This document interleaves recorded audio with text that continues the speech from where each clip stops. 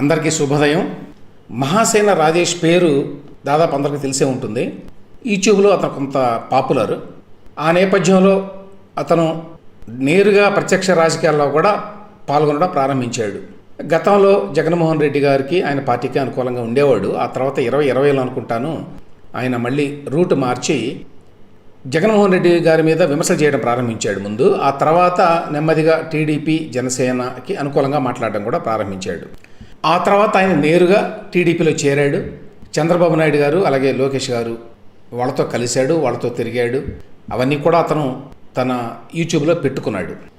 అతనికి పి గన్నవరం నుంచి MLA seat కూడా ఇచ్చింది తెలుగుదేశం పార్టీ. అయితే ఆ తర్వాత కొన్ని పరిణామాలు జరిగినాయి. అందులో ఏమిటంటే కొంత బీజేపీ కార్యకర్తల నుంచి, బీజేపీ సానుభూతి పరుల నుంచి కొంత రెసిస్టెన్స్ వచ్చింది. ఎందుకంటే మహాసేన రాజేష్ అభిప్రాయాలన్నీ కొన్ని ఎక్స్ట్రీమ్గా ఉంటాయి. ఆ నేపథ్యంలో అతను గతంలో ఎప్పుడో హిందూ మతం మీద దాడి చేశాడు, రకరకాలుగా దూషించాడు అని చెప్పి వాళ్ళు. ఆ తర్వాత అంతకంటే ఎక్కువగా జనసేన నుంచి కూడా రెసిస్టెన్స్ వచ్చింది. కారణాలు తెలియదు ఎందువలన, కానీ జనసేన అక్కడ మాకు టికెట్ కావాలి, మా క్యాండిడేట్ని పెట్టుకోవాలని చెప్పి వాళ్ళు గట్టిగా అడిగారు టీడీపీని. అడిగితే టీడీపీ అప్పుడు ఈ రాజేష్కి చాలా వ్యతిరేకత వస్తోంది నియోజకవర్గంలో అనేది ఒకటి. తర్వాత జనసేన కూడా ఇక్కడ క్యాండిడేట్ కావాలని అడిగింది. ఈ రెండు పరిణామాల నేపథ్యంలో తెలుగుదేశం వాళ్ళు రాజేష్కి ఇచ్చిన టికెట్ వెనక్కి తీసుకున్నారు. అంటే రాజేష్ తానే మరి పోటీ నుంచి తప్పుకున్నాను అని చెప్పాడు అప్పట్లో. ఏమైనప్పటికీ అది కొంత అండర్స్టాండింగ్తోనే జరిగినట్టుగా అనిపించింది. అంటే తగదా ఏమీ లేదు రాజేష్కి తెలుగుదేశం పార్టీకి ఆ విషయంలో. అప్పుడు జనసేన పార్టీని కూడా అతను నేరుగా ఏమీ అనలేదు. ఆ తర్వాత కొద్ది రోజుల తర్వాత నేను తెలుగుదేశం పార్టీలోనే ఉండాలని చెప్పి నా మద్దతుదారులందరూ కూడా నిర్ణయించారు అని కూడా చెప్పాడు. ఇప్పుడు తాజాగా నిన్న పెద్ద ఎత్తున తిరుగుబాటు చేశాడు. ఎవరి మీద ఈ తిరుగుబాటు? పవన్ కళ్యాణ్ మీద, జనసేన పార్టీ మీద. ఒక రకంగా చెప్పాలంటే పవన్ కళ్యాణ్ మీద దండెత్తాడు సడన్గా. దానికి ఆయన చెప్పిన కారణాలు ఏమిటంటే, నేను గతంలో ఎప్పుడో కూడా పవన్ కళ్యాణ్ని పెద్ద ఎత్తున సమర్థించాను. చాలామంది ఆయన మీద విమర్శలు చేసినప్పుడు నేను నిలబడి వాళ్ళందరినీ దునుమాడాను. ఆ తర్వాత నేను రాజకీయాల్లోకి చేరాలి అని చెప్పి అనుకున్నప్పుడు జనసేన పార్టీలో చేరడానికి ఆఫర్ చేశాను, ఆ రకంగా మెసేజ్ పంపించాను. అయినా కూడా వాళ్ళు దాన్ని కన్సిడర్ చేయలేదు, పట్టించుకోలేదు. కారణాలు ఏంటో తెలియదు. నేను గతంలో ఎంతో మద్దతు పలికిన పవన్ కళ్యాణ్కి, జనసేనకి, మరి ఎందుకని వాళ్ళు నన్ను తీసుకోవడానికి ఉత్సాహం చూపించలేదో నాకు తెలియదు. ఆ తర్వాత టీడీపీ వాళ్ళు నన్ను చేర్చుకున్నారు. TDP P Gannavaram MLA seat కూడా ఇచ్చింది ఈ ఎన్నికల్లో. ఆ తర్వాత నేను ఇంతకుముందు చెప్పినట్టు వ్యతిరేకంగా కొంత క్యాంపెయిన్ జరిగింది అతనికి. దానికి తోడు జనసేన పార్టీ ఆ సీటు కావాలి అని అడిగింది. సో తెలుగుదేశం పార్టీ ఆ సీట్ని జనసేనకి ఇచ్చింది. ఇక్కడ మొదటగా తన క్రిటిసిజం మొదలుపెట్టాడు జనసేన మీద. ఏంటంటే, జనసేన కావాలని నేను పోటీలో ఉండకుండా ఉండటానికి పక్కనే ఉన్న అమలాపురాన్ని కూడా వదిలేసుకొని దాన్ని తెలుగుదేశం పార్టీకి ఇచ్చి పి గన్నవరం సీటును తీసుకున్నారు. ఎందుకంటే వాళ్ళకి నేను పోటీలో ఉండటం కూడా ఇష్టం లేదు పవన్ కళ్యాణ్ గారికి. ఆ తర్వాత కూడా నేను కొంత అడ్జస్ట్ అయినా కూడా ఈ కొత్త రియాలిటీకి, ఆ తర్వాత ఈ ఎన్నికల ప్రచారాలు, ఈ కార్యక్రమాలు జరుగుతున్నాయి కదా, అందులో నా సొంత జిల్లాలో కూడా నన్ను ఏ మీటింగ్కి కూడా పిలవలేదు, రానివ్వడం లేదు. పవన్ కళ్యాణ్ గారు యాక్చువల్గా చెప్పారట వాళ్ళ పార్టీ వాళ్ళకి, ఆ మహాసేన రాజేష్ని ఎక్కడికి పిలవద్దని. ఇది నేపథ్యం. ఈ నేపథ్యం చెప్పి రాజేష్ ఇప్పుడు ఏమంటాడంటే, పవన్ కళ్యాణ్ చాలా ప్రమాదకరమైన మనిషి, చాలా డేంజర్ మనిషి అని తాను ఎందుకు ఆ మాట అంటున్నానో చెప్పాడు. ఎందుకంటే బీజేపీ తోటి పొత్తు పెట్టించింది పవన్ కళ్యాణ్ టీడీపీకి. ఇప్పుడు బీజేపీ వాళ్ళు ముస్లింలకి రిజర్వేషన్లు తీసేస్తామని చెప్పి అంటున్నారు. బీజేపీ పార్టీ ఎస్సీ ఎస్టీలకు వ్యతిరేకం, దళితులకు వ్యతిరేకం, మైనారిటీలకు వ్యతిరేకం. బీజేపీతో పొత్తు వల్ల టీడీపీ కూడా ఇప్పుడు నష్టం వస్తుంది. టీడీపీ గతంలో చాలా పెద్ద ఎత్తున మద్దతు ఉండేది. ఇప్పుడు పరిస్థితి ఏమిటంటే పోటాపోటీగా ఉన్నది. అంటే వాళ్ళ బలం కొంచెం తగ్గింది. కారణం ఏంటంటే బీజేపీ తోటి పొత్తు పెట్టుకోవడం. ఈ పొత్తు పెట్టుకోవడానికి కారణం ఎవరంటే పవన్ కళ్యాణ్. అంతేకాదు, బీజేపీతో పొత్తు కోసం వెళ్ళినప్పుడు పవన్ కళ్యాణ్ ప్రత్యేక హోదా గురించి ఎటువంటి హామీ కూడా తీసుకోలేదు. ఇట్లా రకరకాల విమర్శలు చేశాడు. ఇక్కడ మనకి వెంటనే కొన్ని ప్రశ్నలు వస్తాయండి. ఏంటంటే, మహాసేన రాజేష్ విషయంలో జనసేన పార్టీ ఎందుకు అసంతృప్తిగా ఉన్నది, ఎందుకు వ్యతిరేకంగా ఉన్నది, ఎందుకు అతనికి సీట్ ఇస్తే వ్యతిరేకించింది అనే విషయాలు తెలియదు. ఆ విషయంలో మహాసేన రాజేష్కి అసంతృప్తి ఉండటం, కోపం ఉండటం సహజం, సమంజసం కూడా. దాన్ని తప్పుపట్టాల్సిన అవసరం లేదు. దాని నేపథ్యంలో ఆయన కొన్ని విమర్శలు చేయొచ్చు. కానీ ఆ విషయాన్ని మనసులో ఉంచుకొని ఇప్పుడు ఎన్నికలకి 4 రోజుల ముందు రాజకీయ విమర్శలు చేయడం కరెక్టేనా అనేది ప్రశ్న. పవన్ కళ్యాణ్ గారిని ఓడించకపోతే ఈ రాష్ట్రానికి ప్రమాదకరం అనే హెడ్లైన్ తోటి వీడియో చేయాల్సిన అవసరం ఉందా ఈ టైంలో? ఈ టైంలో ఇట్లా చేయడం అంటే తనకున్నటువంటి వ్యక్తిగతమైనటువంటి అసంతృప్తి, కోపం, దానితోటి రాజకీయాలను ముడిపెట్టడం కాదా? ఎందుకంటే రాజకీయ అంశాలు వేరు, వ్యక్తిగత అంశాలు వేరు. ఈ రెండింటిని కూడా కలగాపులగం చేసి మాట్లాడడం కరెక్టేనా? పవన్ కళ్యాణ్ ఎప్పటి నుంచో బీజేపీతో పొత్తులో ఉన్నాడండి. మొన్న ఈ ఎన్నికల ముందు కాదు. ఆ విషయం తెలిసినప్పటికీ ఆ తర్వాత కూడా మహాసేన రాజేష్ పవన్ కళ్యాణ్ని నెత్తిని పెట్టుకొని మాట్లాడాడు చాలాసార్లు. చాలా పెద్ద ఎత్తున పొగిడాడు. అంటే సాధారణంగా ఏమవుతోందంటే యూట్యూబ్లో ఇట్లాంటి వాళ్ళంతా ఎవరినైనా ఐదర్ నెత్తిని పెట్టుకుంటారు, లేకపోతే పాతాళానికి తొక్కేస్తారు. 2 ఎక్స్ట్రీమ్స్ ఉంటాయి, ఆ మధ్య మార్గం ఉండదు. ఎప్పటి నుంచో బీజేపీతో పొత్తులో ఉంటే పవన్ కళ్యాణ్ ఇప్పుడు తెలిసిందా బీజేపీ అనేది మతత్వ పార్టీ, బీజేపీ అనేది మైనారిటీలకు వ్యతిరేకం, బీజేపీ కనుక వస్తే ముస్లింలకి 4% రిజర్వేషన్లు తీసేస్తారు? అప్పుడేమో విపరీతంగా పొగిడాడు చాలాసార్లు. సడన్గా ఇప్పుడు ప్లేట్ ఫిరాయించినట్టుగా కనిపిస్తుంది అన్నమాట. తర్వాత ఇంకొక పాయింట్ ఏమిటంటే ఇక్కడ ముస్లిం రిజర్వేషన్లకు సంబంధించి ఒక పొలిటికల్ పాయింట్గా తీసుకుని మాట్లాడాడు దాన్ని. అంటే తాను ఎందుకు వ్యతిరేకిస్తున్నాడు పవన్ కళ్యాణ్ ఇప్పుడు అంటే తన సీటు విషయంలో తనకు చేసిన అన్యాయం వల్ల కాదు. అతను చెప్పే మాటల ప్రకారం బీజేపీ ముస్లిం రిజర్వేషన్లని తీసేస్తాను ఆంధ్రప్రదేశ్లో అని చెప్పింది. ఒక పాయింట్ ఏమిటంటే బీజేపీ ఏపీలో ఉన్నటువంటి రిజర్వేషన్లని తీసేస్తాను అనే మాట చెప్పాల. జనరల్గా అయితే వాళ్ళు ముస్లింలకు రిజర్వేషన్లు తీసేస్తామనే మాట నరేంద్ర మోదీ గారు అన్నారు. కానీ ఇక్కడ తేడా ఏమిటంటే ఏపీలో ముస్లింలకి మత ప్రాతిపదికన రిజర్వేషన్లు లేవు. ఏపీలో రిజర్వేషన్లు ముస్లింలకి ఏ ప్రాతిపదిక మీద ఇచ్చారు అంటే వెనకబడిన తరగతుల నేపథ్యంలో ఆ ప్రాతిపదిక మీద ఇచ్చారు. అంటే ముస్లింలకి గంపగొత్తగా మీరు ముస్లిం అయితే మీకు ఆటోమేటిక్గా రిజర్వేషన్ రాదు. ముస్లింల్లో వెనకబడిన తరగతులుగా గుర్తింపబడిన వారికి మాత్రమే 4% రిజర్వేషన్ అమల్లో ఉంది. చాలామందికి ఈ విషయం తెలియదు. కాబట్టి మతపరమైన రిజర్వేషన్లు తీసేస్తే ఆంధ్రప్రదేశ్లో ఎవరికైతే ముస్లింలకి ఇప్పుడు రిజర్వేషన్లు వస్తున్నాయో 4%, వాటికి ఎటువంటి ఇబ్బంది కూడా లేదు. అది వాస్తవం. కాబట్టి ఈ రిజర్వేషన్లు ఏవైతే అమల్లో ఉన్నాయో ఏపీలో 4% ముస్లింలకి రేపు కూటమి ప్రభుత్వం వచ్చినా కూడా వాటిని తీసేసే ప్రసక్తి ఉండదు. ఒకటే ఎగ్జాంపుల్ అండి, 2014లో బీజేపీ తోటి తెలుగుదేశం పార్టీకి పొత్తు ఉన్నది. మరి 2014 నుంచి 19 వరకు కూడా ముస్లింలలో 14 కమ్యూనిటీస్కి 4% రిజర్వేషన్లు ఏవైతే వర్తిస్తున్నాయో అంతకుముందు అవే రిజర్వేషన్లు వర్తించినాయి. 2014-19 మధ్య కూడా టీడీపీకి బీజేపీతో పొత్తులో ఉన్నప్పుడు కూడా. కాబట్టి వాటికి ఎటువంటి ఇబ్బంది లేదు. బహుశా ఈ విషయం మరి మహాసేన రాజేష్ గారికి తెలిసి ఉండదు ఆ తేడా. ఆ తర్వాత ఒక మాట అన్నాడు, బీజేపీ ముస్లింలకు రిజర్వేషన్లు తీసేస్తే నేను ఊరుకోను అని జగన్ ఒక స్టేట్మెంట్ ఇచ్చాడు. అందుకని పవన్ కళ్యాణ్ కంటే జగన్ పెద్ద హీరో అనే మాట అన్నాడండి. ఈ స్టేట్మెంట్ రాజేష్ ఇవ్వడం అనేది అతని యొక్క అమాయకత్వం లేకపోతే తెలియనితనం.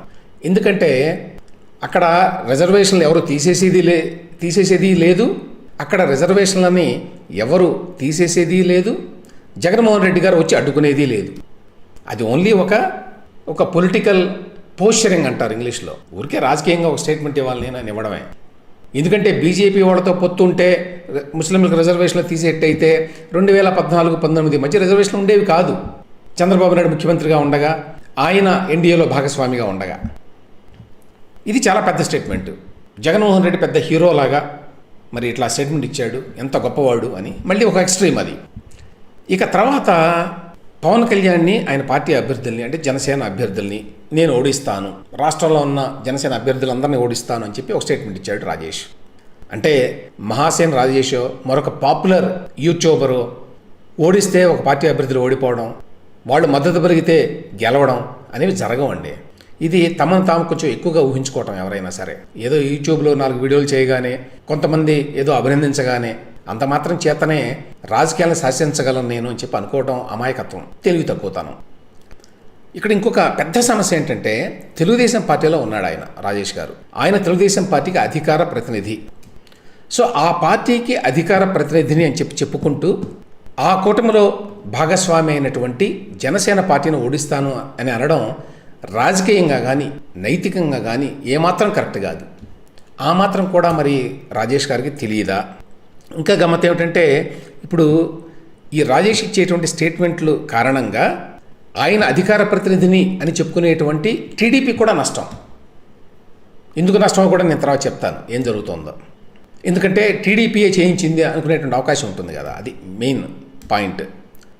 కాబట్టి ఇప్పుడు ఒకవేళ రాజేష్కి నచ్చలేదు కూటమి, నచ్చలేదు బీజేపీతో పొత్తు పెట్టుకోవడం అంటే అది ఓకే, అంతవరకు పర్వాలేదు, ఆయనకు అభిప్రాయం ఉండొచ్చు. ఒకవేళ ఆ నిర్ణయానికి వస్తే, ఆ అభిప్రాయానికి వస్తే పవన్ కళ్యాణ్ వ్యతిరేకించాలి, జగన్ మళ్ళీ హీరోగా చూడాలి అని అనుకున్నా కూడా తప్పేమీ లేదు.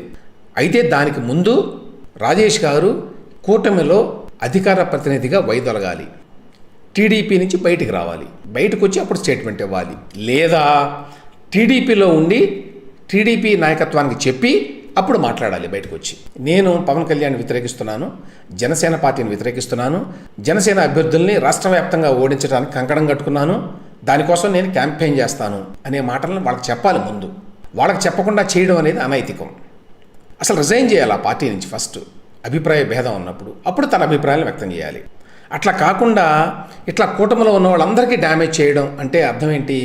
ఇది మీ వ్యక్తిగత ఎజెండా, దీనికి మీరు రాజకీయ రంగు పులుముతున్నారు అని ఎవరైనా అనుకునేటువంటి అవకాశం ఉంటుంది. ఇక పవన్ కళ్యాణ్ అనే వ్యక్తి చాలా ప్రమాదకారి అని చెప్పి అనడం, లేకపోతే జనసేన పార్టీ విధానాలను విమర్శించడం అనే దాని గురించి. పవన్ కళ్యాణ్ లేక జనసేన పార్టీ విధానాల మీద ఫర్ ఎగ్జాంపుల్ నాకు కూడా చాలా రిజర్వేషన్స్ ఉన్నాయి. గతంలో ఏం చెప్పారు, తర్వాత ఏం చేశారు, ఆ రిజర్వేషన్లు తెలుగుదేశం పార్టీ మీద కూడా ఉంటాయి. గతంలో ఏం చేశారు, తర్వాత ఏం చెప్పారు. బీజేపీ మీద ఎట్లాగో ఉంటాయి, బీజేపీ ఏ రకంగా వ్యవహరించింది ఆంధ్రప్రదేశ్ మీద అనేది. కానీ ప్రతి దానికి ఒక సమయం సందర్భం ఉంటాయి. ఏ సమయంలో ఏం మాట్లాడాలి, ఏ సమయంలో ఏది ప్రయారిటీ, దేనికి మనం ఎక్కువ ప్రాధాన్యం ఇవ్వాలి పాలిటిక్స్లో. కానీ ఎన్నికలు ఇంకా 4 రోజులు ఉన్నాయి అనగా ఈ టైంలో పవన్ కళ్యాణ్ని వ్యక్తిగతంగా టార్గెట్ చేసి ఇట్లా మాట్లాడడం వల్ల ఎవరికి అల్టిమేట్గా నష్టం, ఎవరికి అల్టిమేట్గా లాభం చేకూరుతుంది అనే విషయాన్ని అవగతం చేసుకోకుండా రాజకీయాల్లో ఉన్న వ్యక్తి లేదా రాజకీయాలను దగ్గరగా పరిశీలిస్తున్నటువంటి వ్యక్తి ఎవరూ కూడా చెయ్యరండి ఆ పని. ఆ మాత్రం తెలియని అమాయకుడు కాదు ఆయన మహాసేన రాజేష్. ఈ టైంలో ఇలా మాట్లాడితే ఎవరికి లాభం కలుగుతుంది, ఎవరికి నష్టం కలుగుతుంది? ఎవరికి నష్టం కలుగుతుంది? కూటమి కలుగుతుంది, తెలుగుదేశం పార్టీ కలుగుతుంది, బీజేపీకి కలుగుతుంది, జనసేనకి ఎలాగో కలుగుతుంది. ఎందుకంటే మీరు నేరుగానే టార్గెట్ చేశారు కాబట్టి. ఎవరికి లాభం కలుగుతుంది? వాళ్ళ మీద వాళ్ళకి కౌంటర్గా ప్రత్యర్థిగా ఉన్నటువంటి వైఎస్ఆర్సీపీ అలాగే జగన్మోహన్ రెడ్డి వారిద్దరికీ లబ్ధి చేకూరుతుంది. కూటమికి నష్టం జరిగితే లాభపడేది ఎవరు రాష్ట్రంలో? వైసీపీ. మీరు కూటమిని డ్యామేజ్ చేసే విధంగా మాట్లాడుతున్నారు ఇప్పుడు. అంటే మీ ఉద్దేశం ఏంటి? తద్వారా వైసీపీ లాభపడుతుందని తెలిసి ఆ పని చేస్తున్నారన్నమాట. ఎలా లాభపడుతుంది వైసీపీ? ఆల్రెడీ వైసీపీ వాళ్ళు వాళ్ళ అఫీషియల్ సోషల్ మీడియా హ్యాండిల్స్లో రాజేష్ ఏదైతే పొగిడాడో జగన్మోహన్ రెడ్డిని అది పెట్టుకున్నారండి. ఆ క్లిప్ని. అసలైన హీరో అంటే జగన్మోహన్ రెడ్డే. ఏపీలో ముస్లింలకి 4% రిజర్వేషన్లు తీసేస్తే బీజేపీ తీసేయడానికి నేను ఒప్పుకోను, నేను అడ్డం నిలబడతాను అని జగన్ హీరోలాగా చెప్పాడు అని చెప్పి ఈయన ఒక డైలాగ్ చెప్తే ఆ డైలాగ్ను వాళ్ళు పెట్టుకున్నారు. అలా పెట్టుకుంటారు అనే విషయం తెలియనంత అమాయకుడు కాదు రాజేష్ గారు. కాబట్టి విషయం ఏంటంటే అల్టిమేట్గా వైసీపీకి లాభం చేకూర్చాలి అని ఈయన భావిస్తున్నట్టు లెక్క. ఇక్కడ పాయింట్ ఏమిటంటే మహాసేన రాజేష్ గారు కానీ ఎవరైనా కానీ ఏ పార్టీకైనా మద్దతు పలకొచ్చు, ఏ నాయకుడైనా కూడా పొగడొచ్చు. కాకపోతే పొలిటికల్ రియాలిటీస్కి అతీతంగా ఇవేవే ఉండవు. ఏమిటి వాళ్ళ పొలిటికల్ రియాలిటీ, రాజకీయ వాస్తవిక పరిస్థితి ఏమిటి? ఏంటంటే ఆంధ్రప్రదేశ్లో ఇప్పుడు 2 క్యాంప్స్ ఉన్నాయి. ఒకటి కూటమి, టీడీపీ, జనసేన, బీజేపీ. రెండో వైపున వైసీపీ. ఈ రెండింటిలో నేను వైసీపీని చూజ్ చేసుకుంటున్నాను అని రాజేష్ గారు అనుకుంటే తప్పేం లేదు, ఆయన ఇష్టం, ఆయన అభిప్రాయాలు ఆయన మార్చుకోవచ్చు. కాకపోతే ఏ సందర్భంలో, ఏ టైంలో, ఎందుకోసం మార్చుకుంటున్నాడు అనే దాన్ని ఎవరైనా ప్రశ్నిస్తారు. ఒకటి. రెండవది, అది నిజాయితీగా ఓపెన్గా చెప్తే బాగుంటుంది, దొంగతిరుగుడుగా కాకుండా. అంటే కూటమిలో ఉన్న జనసేన విమర్శిస్తాను, ఆ అభ్యర్థులను ఓడిస్తాను అని అంటే ఈయన అన్నంత మాత్రాన, ఈయన చెప్పినంత మాత్రాన అందరూ జనసేన ఓడించి మిగతా 2 పార్టీల అభ్యర్థులను గెలిపించరు. అంత మెకానికల్గా రాజకీయాలు ఉండవు. సో ఓవరాల్గా ఏంటంటే కూటమిలో ఉండి ఈ జనసేన ఓవరాల్గా ఏంటంటే కూటమిలో ఉండి మహాసేన రాజేష్ గారు వ్యక్తిగత గ్రీవెన్సెస్ ఏవైతే ఉన్నాయో, ఆయనకి ఏదో కంప్లైంట్స్ ఉన్నాయి, ఫిర్యాదులు ఉన్నాయి. అవి జస్టిఫైడా అన్జస్టిఫైడా అనే మాట నేను మాట్లాడట్లా. జస్టిఫైడ్ కూడా కావచ్చు, సమర్థనీయం కావచ్చు. ఆయన పట్ల ఎందుకు జనసేన అంత తీవ్రమైన వ్యతిరేకత ఉందో తెలియదు మనకి. కానీ తన వ్యక్తిగత ఫిర్యాదులకి రాజకీయ రంగు పులిమి అదేదో ఒక సైద్ధాంతికపరమైన అంశం అన్నట్టుగా ప్రజెంట్ చేయబోవడం ఏదైతే ఉందో అది డిజానెస్ట్, అది అందులో నిజాయితీ లేదు. ఇక్కడ ఇంకొక 2 పాయింట్లు చెప్పి అంశాన్ని ముగిస్తానండి. ఒకటేంటంటే ఆల్రెడీ బీజేపీలో ఒక వర్గం ఉంది. వీళ్ళు బీజేపీ మద్దతుదారులు లేక సానుభూతి పరులండి. ఆంధ్ర రాష్ట్రంలో వీళ్ళు తీవ్రంగా టీడీపీని వ్యతిరేకిస్తారు.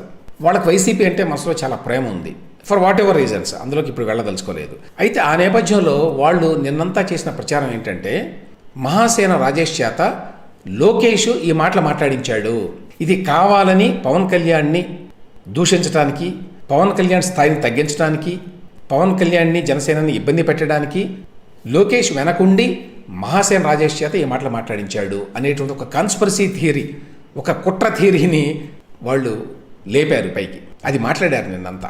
అవి సోషల్ మీడియాలో కూడా నెక్స్ట్ 2-3 డేస్ వస్తాయి, ఎవరైనా గమనించవచ్చు. ఎందుకంటే ఇక్కడ టీడీపీని దూరం చేయాలి, టీడీపీని విలన్గా చూపించాలి అనేటువంటి ఒక ప్రయత్నం ఒక వర్గానికి, బీజేపీలో అందరికీ అన్నం ఒక వర్గానికి ఉన్నది. వాళ్ళు ఆల్రెడీ ఆ ప్రయత్నం మొదలుపెట్టారు. ఇంకోవైపున మహాసేన రాజేష్కి ఎంతో కొంత ఫాలోయింగ్ ఉంది. ఎందుకంటే ఎక్స్ట్రీమ్గా మాట్లాడే వాళ్ళకి ఫాలోయింగ్ ఇమీడియట్గా ఉంటుందండి, చాలా ఉంటుంది ఎప్పుడైనా కూడా. ఆ రకంగా అతను కూడా చాలా ఫాలోయింగ్ ఉంది. మీరు కనుక ఒక్కసారి ఈ వీడియో పెట్టినటువంటి యూట్యూబ్లో చూస్తే దాని కింద కామెంట్స్ ఉంటాయి కదా, ఆ కామెంట్స్లో దాదాపుగా నేను అనుకుంటాను 90% పైగా మహాసేన రాజేష్ మీద వ్యతిరేకత వ్యక్తం చేస్తూ ఉన్నాయి. ఈ విధంగా మాట్లాడడం కరెక్ట్ కాదు, నువ్వు పవన్ కళ్యాణ్ ప్రమాదకారి అంటున్నావు కానీ ఏ రకంగా ప్రమాదకారి అని చెప్పడంలో విఫలమయ్యావు, నీ ఎక్స్ప్లెనేషన్ కరెక్ట్గా లేదు, కన్విన్సింగ్గా లేదు, ఈ టైంలో ఇలా మాట్లాడడం కరెక్ట్ కాదు, అందులో మధ్యలో జగన్మోహన్ రెడ్డి మెరుగు, జగన్మోహన్ రెడ్డి హీరో అని చెప్పి మళ్ళీ మాట్లాడడం ఇంకా కరెక్ట్ కాదు అనేవన్నీ ఉన్నాయి. దాన్ని బట్టి అతను కూడా అర్థం చేసుకోవాలి. ఊరికి మన ఇష్టారాజ్యంగా మనం మన అభిప్రాయాలని మార్చుకోవటం, అది కూడా సరైన ప్రాతిపదిక లేకుండా మార్చుకోవడం అండి. మన అభిప్రాయాలను మార్చుకోవచ్చు. నేను ఇంతకుముందే చెప్పాను, జనసేన పార్టీ ఏ విధంగా గతంలో అమరావతి మీద, బీజేపీ మీద, ప్రత్యేక హోదా మీద కొన్ని అభిప్రాయాలను వ్యక్తీకరించింది, తర్వాత ఎట్లా మార్చుకుంది, వాటిని బీజేపీతో ఎట్లా పొత్తు పెట్టుకుంది. తెలుగుదేశం పార్టీ 2018లో ఏ విధంగా విభేదించింది, ఎన్ని రకాలుగా బీజేపీని, నరేంద్ర మోదీని విమర్శించింది, ఆ తర్వాత మళ్ళీ బీజేపీతో ఎలా పొత్తు పెట్టుకున్నది. ఇట్లాంటి కొన్ని అభ్యంతరాలు ఉంటాయి మనకు పార్టీల పట్ల, వాళ్ళ యొక్క విధానాల పట్ల. ఆ విధానాలు విమర్శించాలి కానీ ఓవరాల్ పిక్చర్ ఏంటి, ఓవరాల్ ప్రయారిటీ ఏమిటి. ఇప్పుడు ఓవరాల్ ప్రయారిటీ కనుక ఒకవేళ మహాసేన రాజేష్కి జగన్మోహన్ రెడ్డి గారి ప్రభుత్వాన్ని దించాలి, ఈ ప్రభుత్వం ఉండకూడదు అనేది ప్రయారిటీయా, లేదు పవన్ కళ్యాణ్ మీద నాకున్నటువంటి వ్యక్తిగత వైరాన్ని ప్రదర్శించుకోవటం అనేది ప్రయారిటీయా, తద్వారా కూటమికి డ్యామేజ్ చేసి మళ్ళీ జగన్మోహన్ రెడ్డి గారిని గెలిపించడం ప్రయారిటీయా అనే విషయం కదా మన ముందు ఉండాలి. వాటిని బేరీజ్ చేసుకోవాలి, బేరీజ్ వేసుకొని దాని ప్రకారం మాట్లాడాలి. అందువల్ల పవన్ కళ్యాణ్ గారినో, టీడీపీనో, బీజేపీనో, మరొక పార్టీనో విమర్శించకూడదు అనేది పాయింట్ కాదు. ఎందుకు విమర్శిస్తున్నాము, ఏ సందర్భంలో విమర్శిస్తున్నాము, ఇప్పుడు విమర్శిస్తే ఈ సమయం, ఈ సందర్భాన్ని బట్టి ఎవరికి లాభం జరుగుతుంది, ఎవరికి నష్టం జరుగుతుంది అనే విషయాలు పట్టించుకోకుండా చేస్తున్నారు అంటే దీని వెనక ఉద్దేశపూర్వకంగానే ఈ పని రాజేష్ గారు చేశాడు అని చెప్పి నేను అనుకుంటున్నాను. అంత తెలియనంత అమాయకుడు కాదు ఈ విషయాలన్నీ అతను. కారణాలు ఏమైనప్పటికీ అతను కూటమి ఓడిపోయినా పర్వాలేదు అని చెప్పి అనుకుంటున్నాడు. కారణాలు ఏమైనప్పటికీ మళ్ళీ వైసీపీకి అనుకూలంగా మారడానికి అతను సన్నద్ధమవుతున్నాడు. అయితే దానికి తగిన ప్రాతిపదిక కారణాలు చెప్పడంలో మాత్రం మహాసేన రాజేష్ విఫలమయ్యాడు అనేది నా అభిప్రాయం.